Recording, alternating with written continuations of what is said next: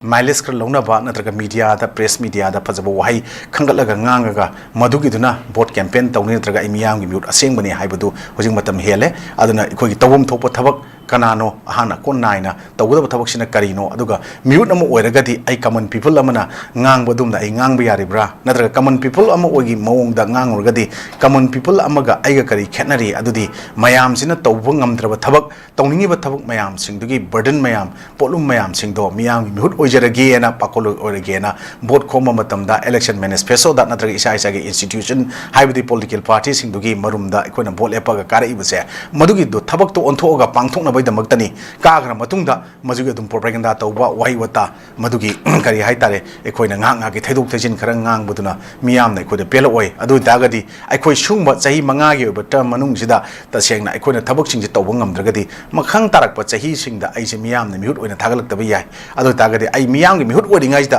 मियाम गे अपामबदि सिदा लेरे मांगदा तादना नुमित खुदिंगी डिस्कशन दा अदगी मीडिया दा कइदा पुखतना मांगदा तादना असोइबा अराकपा मियाम सिंगसे लेरे असोइबा अराकपा मियाम सिंगसे कमाइना लोशन गनी कमाइना थुपसन गनी कमाइना पीस पुरकनी कमाइना स्टेबल ओइबा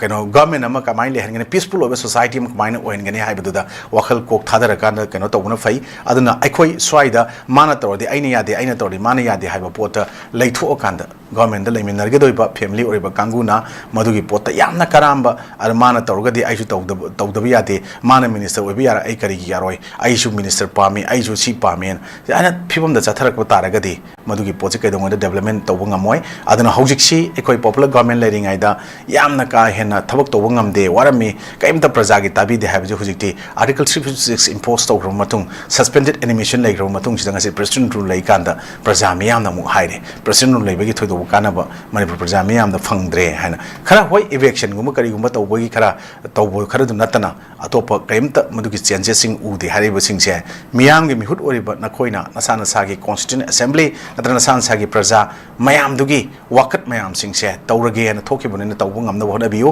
इसा इसागी इमुंगनुंग इसागी नुंगाइनाबा नत्रगा आइगे नुपी अंगांग मरी मता सिंगी नुंगाइनाबगी दमकता मिहुट थागकिबनते मियामना मणिपुर ngasi सोथदन लेबा इपाइ पुनसरंग बलिकलम सिंग इसागी पुवारी हिस्ट्री मयाम अमा सही लिसिंग अनि हेनबगी पुवारी साउथ ईस्ट एशियन कंट्री मनुंगदा मनिमका तमनिंग थोपा लेवा अम लेरमबदगी 1949 the Indian union the merge तौगिबदन मरम ओरकान ngasi कोई कॉन्स्टिट्यूशनल प्रोटेक्शन कॉन्स्टिट्यूशनल राइट चपचाना फंगदे हारिबा मयाम सिंगसे नखोइसु नखोइने इलेक्शन लेप्त्रिंगाइदा नत्रगा सिम ममांगदा नत्रगा वखल थमोइ मनुंगदा लेवा नुंसिबा तारगदि खनब सोइने यारोंगनी चिम्बाल थोंगे वाहि ओइनगुमसि थमोइदगी थोला कांदा अहोबा अवाटपा लेरिबा मयामसे मेंखनब होनबदा आइदि ngasi थौदांग मियामना पीरबनी मियामगे मिहुतनी आइमा सिदोकिबा तारगसु मियामना आइबु लाई ओइना लाना होगनी मियामगे अपामबदंगदि तोरमगे हाना खल्लकांदा आइगी मंत्रीगे आइगी नत्रगा आइगी नुंगाइनबगी आइगी याइफनबगी खनब थादो कांदा थबक तोरबु मतमदुदा खोइ पुनसन्नबा हाइबा पोतो मतोमदा ऑटोमेटिकली लाकनी वखन पिक्थरा काना फम्मुनबगी पोट इसा इसागी इगोना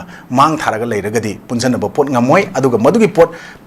ngमदबा पोतुना मरम ओरकांदा इसा नसाना सागी मयांगी वीकनेस मयामदना president rules constitutional machinery break down तौरे एडमिनिस्ट्रेटिव फेलर ओइरे नखोइ केमता हाइद्रे शासन हाइद्रे हाइबना लाकेबा अदुगुंबा इंडिया की कॉन्स्टिट्यूशन की प्रोविजन पार्ट अमगी मनुंगदुर थंगजलगा थंगदोकांदा मदुन मरम ओरका कोइ पुनसन ngमदबनी हाइदुदी अरानबु ओइगनी ना इसमाइन थमजगे मदुगुंबा तौबा पोतुदी कोई उसिखोंदा ताइनम नासिखोंग ताइना हाइरगन अमा लेदे मदुंबा पोनी अदुना कोई कबुई करोइबना इसिंग छोकदा मनिंग मांग होबो ओत्रोंग सोबदा उतोंगदु सोकदा सुतन थनबा नाइदो पोतो अदमाइना सुबुन पुनसन ngमदन लेगनी वखन ओंथोबियो पुनिंग फादबियो अदुगा अमुतंग पुनसन लकांदा इमालेबाक इरमदा मणिपुर मई जाइसे कन्न भोनबदा कल्लगेन थोखिबा नकोइ हुंफुगी थौदांगदरा मकोइ तराना अदुंबा मपानगी चंगजलकबा सिंग अदुगा मपालगी मिचंग चंगरबा इलीगल इमिग्रेंट्स नार्को टेररिस्ट की ओइना लैखरबा मकोइ तरादा थेंगनबदा कोई यांखैना थेंगनबा ngमदब तारगदी नखोइ सिंगसु अदुगुंबा यामना पांगदबा अदु मियांग मिहुट ओइदा मतिक चादबा ngakतनी हाना हाइरकपदा प्रजासिंग होजि लावरबि सावबम थोकते मयाम पुंजनबियु हाइबदा सावबम मयाम यावरबिदो खितंग फादरकांदा पुंजनबो होनबियु होजि कोई भोट की पॉलिटिकल कैंपेन नत्रगा मदुगी भोट की मानबा मयाम हम जथनय मयाम सु लेवा किसि येंकार खरा तोपियो अदुदा कैंपेन तौबदा इखोइना हाइजेनिंगे स्वाइदा इखन इखोइ कांग्रेस बीजेपी हाइना अनिस खितंग मणिपुर लेबदों तौबो पोसिसु थादोक बखरदि चुमे हौजि regional regional ge movement ama sagal laganda regional gi wakhan da asada da khoi gi state gi akan ba force ama youth myam amana semgot laganda khoi gi isa gi iramdam isa gi lewak isa gi state che isa khoi youth future pillar myam na su achobu thodang lorga ngakmin na madi matam yorobra mathau tarabra na thamjage adar message khoi political party institution amagi phai phati haiba pot amata haijaroi but adubo isagi sumang isagi zakhum sing haiba zakhum imung manungi pot haibasi isagi family leriba khoi isana khangadabani mapandagi lakpa miramdagi lakpa mina la akanda ai imungi awaba ai sumang motpa ai zakhum da khoi zafu mirang thubo ubiroi maram maduna isagi original force ama senggola kanda isagi iramdam kanje haragati isagi iramdam gi khoi gi kanglei kunai leriba khudimak singgi nungsiba amakakti thamoi da hana fawba mathau tai sinda fawbuduna ipai pusinga chalam liklam likul libang amoy aduga isagi oiba ningtamna hingjaba haiba poto kaidongoida mangfauna roi aduna nakhoi mayamna example oina praja miyam se luchingaga chingaga sakadabuni praja singna nakhoi illaga sakadabuna te aduga sabi tharaga chalba taraga de madugi potna kaidongoida mai papa ngamoy miyam gi thabak tawda haina ai sumai thamsaki yamna chomyo ja to jan thabi wafam ase koi mayam gi seba tawbang ngamgani haina tholokraba koi mantri mandon sing hajaba tare isagi khaki khandaba ai imungi nuaina bo khandaba praja mayam jigi oiba iho amadi malebak sida chaiba maise amutang di kal hausi habaduni ojana thambi bo wafam chilo cholak amari chumi jaduga lo cholak bo oja lakchani ba ponchiri koi ngara ngara mak taliam nuai tabo tho hajaba tare Catholic school da koi Kanchipur da laiba pre primary tamba chahi manga tang ngari ba koi mahiroi amada corporal punishment pibadagi thaudoka mari lainana manipur gi koi manipur commission for protection of child right na koi su moto ma lokhatuna thijenba hokre mase oja ojagi koi gi satradu takpi ribo oja dugi ashoiba oibidori bra natraga angang pi ibaduna kyamak yamna kairobogi oibigeduno koi corporate punishment piramba haibje mase mama pa gi mot mathamoida kari nuaitaba kari pendaba leirangoni amadi oja singi kari misguide oibana no satraduna kyam ka henam koi school du da piriba rule and regulation du gi wang marom da thabak torok pagi oigedori bra pi ba ngang sina oja aduga angang sita adugi matik karamna heavy punishment tori bino ha do masi kari mo thamini taseng na masi yam to in thopo thodong ni aduga hojik se koi thabak phangdagi samasya yam wange manipur da duna thabak se amatang phangora de na koi larik hairaga laisu yaudaba masing su educated illiterate and tam tawjo pose masing hengalakpa taseng na haragi mana tamuba qualification duga mana sangiba post duga sana da boi pot ju tholok reaction mo obi ya na khale maram di hojikti even master lorba enfield lorba phd phangam mayam ama private school da tamdaba oja oidaba yaudaba na teba handana loboi wafam na te magi source of earning income lerektaba aduna ngasagi magi leiba magi wakhalon awang bodo ngasagi apikpa ikogi yamna kindergarten da leiba angang sing haib tareko krem ta khangjadriba kangu sing da layu haibdri yaroiba aduna ojagi simpamga sanoroido kangu na ngasagi ojagi simpam da sanction bo honabudu gi asoibani tolai jeko aruga child protection gi magi commissioner local sumo to case am phai even hojik sumo to case local dai koi rims ki ngarang jong misi mung thue edana ko mamang da handaki tha man yam chokpagi hojik si mayam manung gi lalabu mayam na pikhal ko takhal ko khor mayam ma alagi mogi superintendent director sengtro ko wada mani mok samada wa mayam ma ko e practice tor ma ga di madu punishment gi piru ga haiba mayam ma lalabu group na list to tara mari ma su ga phongdor kan to wa aure na ko then satra gi sangsar mayam na ngasi phongdor e ba so mai si gi marak si koi sumo to case local ko se masi mai concern authorities sing na musong gi na rims ki na manipur human rights commission local pani sumo to case som da na child right protection local pani ko so mani even police na sun local pe yadav na te yae ba ko anu sumba corporate punishment pi na hona ba sa ta kai na harassment pi pot mayam sing araga makhoi na tori ba sing sti yam lan ba thabak amani aduna ekhoi gi new education policy gi guideline gi matung ina ekhoi angang sing phuba yadaba khotaba mayam ma yauri ba even angang du gi mistake to madu semdok pe ka na tung gi future pillar ni makhoi se ekhoi na ngasi semgot pa hobri makong chom bani maru holi ni habje khan bagi kano sakti du walak pagi ne ba tori pot se aduna ekhoi ta sing na angang sing na soi ba se nang tori se apik pani na sida soi re na uji angang sing chengo angang sing sidi apet pele khong gum ne na mayam na hainai ko ngasi ning chang e ado apet pele khom je me laga sening ba shape da semba ya ba po ni ko ne ta haninge po to aduga ekhoi gi pot sina kanjang raga di koi chafu ji mai ithok raga di clay olaga di tong thab da kai da na ko aduga se apet pade tong thab da kut laga kai ro e amuk hana gi pot ta na ba sema so dum ya do ni aduga clay on gra ba acha aduga kan nga sai pot che gai macek tara kai ga tok pa da mai na tok ni sem do po ya ro do pot ama adu makhong yam pi ngai se gi ni sombi ba mathau tai aduna khoi oja gi simpam da changba ya ro do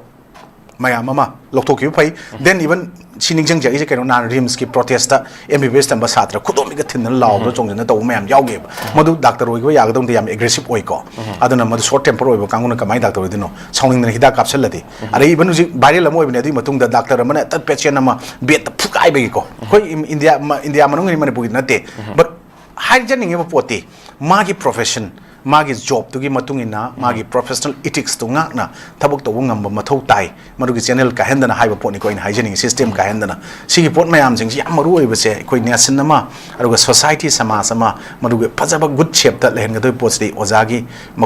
ka thodang yam chawi adana makhoi gi satra oi mayam dana hayang matam ma da doctor oi pa engineer oi pa IS oi pa IPS oi pa mayam ma lewa politician oi pa war ka doi pot ni do makhoi da makhong chongbi matam da ningthi sina niyom chum sombi to taragadi madu akai ba mayam su tholoi haningai te ngasi tholoi ba pot mayam sing thaksi ka shi nai da ba discipline kai tharakpa maduna moral mang tharakpa mayam dun maram mur kanda laiwak si kangkhong jai ba makadang ba olei ba sing se masi oja ka satra gi mari phatab dai jo amo oi na I thamjaningi aduna sumba mayam sing se yamna afaba lambe lamna chatna ba ikoina private institution sing na ju tolo kitang piraga loksan ba ya ba oja aru heta kauru da yam si ona lakpa ya ba oja sing to biganu aduna private institution sing na not only the catholic ngasai gi potu natana topo sing da ju Saturday yamna burden oiba larik pu matamda even khaw je po bangam dage puhanba adu new education policy da ya da do and don'ts guideline mayam piri bane masi ngakna chatlanaba chatma honaba thabak onthokpada magi institution gi founder principal magi mari lenaba concern competent authorities sing na su thabak sing je thabak onthokpada mateng pangjan mathau tai natragadi ekoi sumaina khanga kanda matam thengra kanda sumaina case lokhatpaduna ozama punishment pi gibdana education system new education policy 2022 madu 2020 phajana ningthi jana mapung phana pangkhat pangamoi India da education policy ahum thokna haiba tare laikhrabane ahum se mamangi ani fail oigrena anoba se masi hana gi leba pattern thugairaga hai tare 10+2 system gi pattern thugairaga 10+2+3 gi system thugairakanda amamu shame edan hojik ko 10+2+3+4 ra kana oibne anda anobu ko madugi minus shamakpa aruga isagi original language ta isagi local language ta up to prepare PBC class 5 folk aduga up to extendable to class 8 kind pi bani maduna kana ba mayam pirani na pandam thami sumba mayam singse ningthijna education policy ga nainaraga magi institution aruga school singdu da lairiba oja singsta magi founder natraga mari lenaba school gi administrators sing na new education policy je karino mamut tana manung da kari yauri kai base oja singda training ama piba mathau tai maram de even ikoi gi government school gi oja sing training chat pani even police sing jo police oidringa training chat pani any atopa department gi sumana department join tawdringa magi training program mayam yaw bani adamaina khudak ta training program yawdana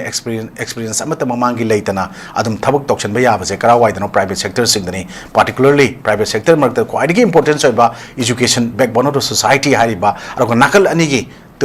turen wang magi hai tare samnabang amdar potu gi thong dongna saraga larik ai bisu hai tawzo ani maki pot madugi potu bridge oina lalan ga doi pot se ozagi achoba education gi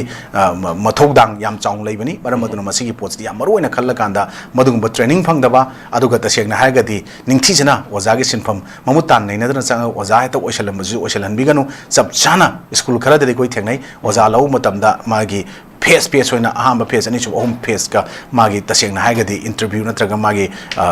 baiva sigi type ta lawra kanda hai tare practical ta hola kana oja lawbu yawi aduga natana pulok toksamba kanga chana bot torogadi angang singje mathong khangdaba larik tamibra tamdabra larik ta ningthi jina inbang ngam thakana tawbu lakuduna sumba oja ga satra mari karak matamda oja ge sinfam orodobna oja kanjalak panina angang sing phubogi nungai taba thogdok chei manga tok tangai ba angang sing mai phui haiban ga singma mayam tare sing asing rang dana te yam tare sum mayam thoktana betamta lengak na su aduga taseng na haigadi mari lenaba satra gi sangstan organization sing na su aduga school